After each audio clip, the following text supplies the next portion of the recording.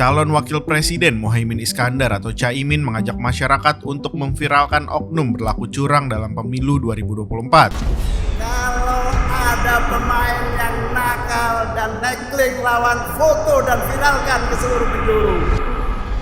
Ajakan Caimin ini dinilai sebagai kontrol sosial terhadap penyelenggara pemilu.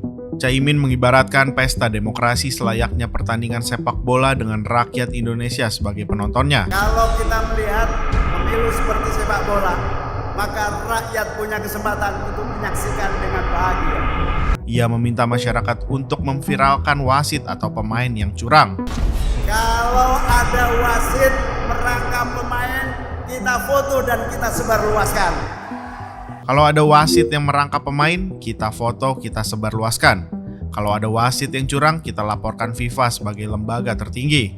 Kalau ada pemain nakal dan tackling lawan, foto dan viralkan ke seluruh penjuru, ujar Caimin dalam pidatonya di Kantor Pemilihan Umum Jakarta Pusat, Selasa 14 November 2023. Menanggapi hal tersebut, pengamat sosial dari Universitas Negeri Medan, Bahrul Khair Amal menyebut, viral sudah menjadi salah satu cara pandang dalam berpolitik.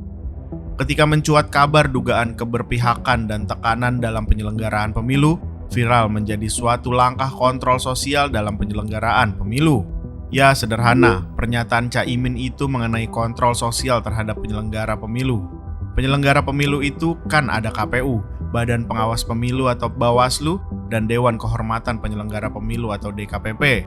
Ketika ada viral, ini menjadi justice. Penegakan hukum saat ini tidak lagi di koridor hukum, tetapi di media sosial, katanya saat ditemui di kawasan Mega Kuningan, Jumat 17 November. Menurut Bahrul, apa yang menjadi keresahan Caimin itu patut dirasakan dan dijalankan. Viral dapat menjadi bagian dari penegakan hukum, walaupun tidak terlegitimasi oleh produk hukum. Tetapi kata dia, viral juga bisa membuat kegaduhan kalau tidak ada kepastian hukum. Viral itu kan ketika tersendatnya saluran dalam birokrasi penegakan hukum. Ketika tidak bisa lagi perlawanan secara hukum, maka dilakukan perlawanan secara opini dan publik, jelasnya. Untuk memberikan kepastian dalam demokrasi, menurut Bahrul, pemerintah perlu mengembalikan kepercayaan masyarakat. Selain itu, capres maupun cawapres baiknya juga harus menjaga jalannya demokrasi. Jawabannya sederhana, capres dan cawapres siap kalah dan siap menang.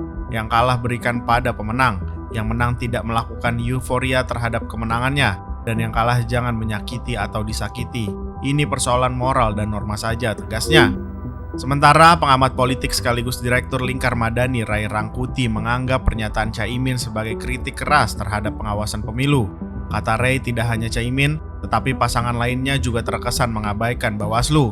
Mereka tidak menyinggung peran Bawaslu, tetapi makin sering mengeluhkan makin maraknya pelanggaran. Artinya makin banyak yang tidak tahu apa peran Bawaslu, ucap Ray kepada Forum Keadilan Jumat 17 November. Hal tersebut terjadi bukan tanpa alasan. Kata Ray, itu merupakan akibat dari belum maksimalnya peran Bawaslu. Mereka sibuk urusan internal, rapat sana, rapat sini, seminar sana, seminar sini, jalan ke sana, jalan ke sini. Mereka bahkan seperti tidak memiliki kebijakan yang sama, ungkapnya. Begitupun masyarakat. Menurut Ray, Bawaslu seakan tutup mata terhadap keluhan di masyarakat. Warga sudah banyak mengeluhkan dugaan ketidaknetralan ASN, aparat keamanan, dan sebagainya. Tetapi Bawaslu seperti hidup di planet lain. Seperti tak melihat dan mendengar berbagai keluhan masyarakat tersebut. Kurangnya aktivitas Bawaslu itulah yang akhirnya menjadikan banyak pihak mengabaikan keberadaan Bawaslu, jelasnya. Ray menegaskan bukan capres-cawapres atau pihak luar yang seharusnya membenahi kepercayaan demokrasi, namun justru Bawaslu yang harus lebih tegas dalam memperlihatkan keberadaannya. Bawaslu tentu saja harus segera berbenah.